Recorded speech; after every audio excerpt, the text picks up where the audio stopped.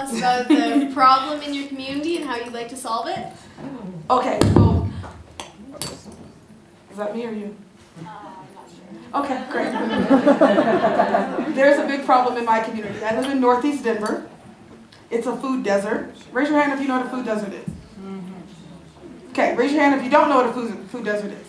Okay, a food desert is a neighborhood, it's a community that doesn't have access to healthy food, that the people who live in the community actually cannot access the food that is the human basic right for people to be able to access. And because they can't access that food, we have all of these hidden costs that come with that situation, like obesity, like diabetes, like heart disease, like malnutrition.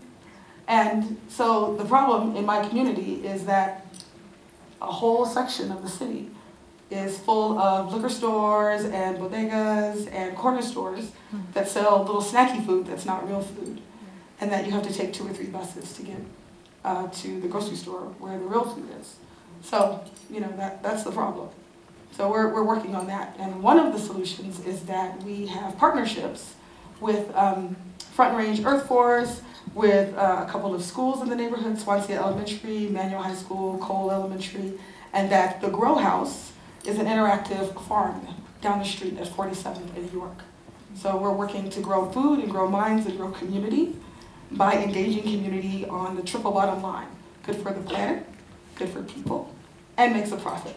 So that's one of the projects that's being executed in Denver based on the situation, this reality, that food is not readily available to many people in the community, particularly poor folks in communities of color, particularly a lot of the students that go to the public school system.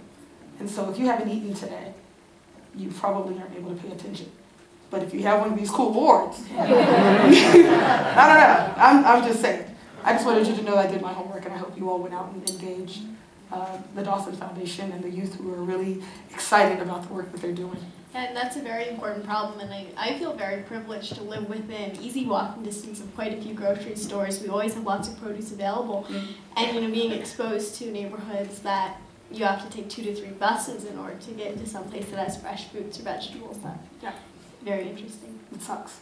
Yeah. It does. It sucks. By the way, all those of you who have your laptops open, if you wanted to access the internet inside this building, you could actually sign on. I guess we could have told you that at the beginning of the session.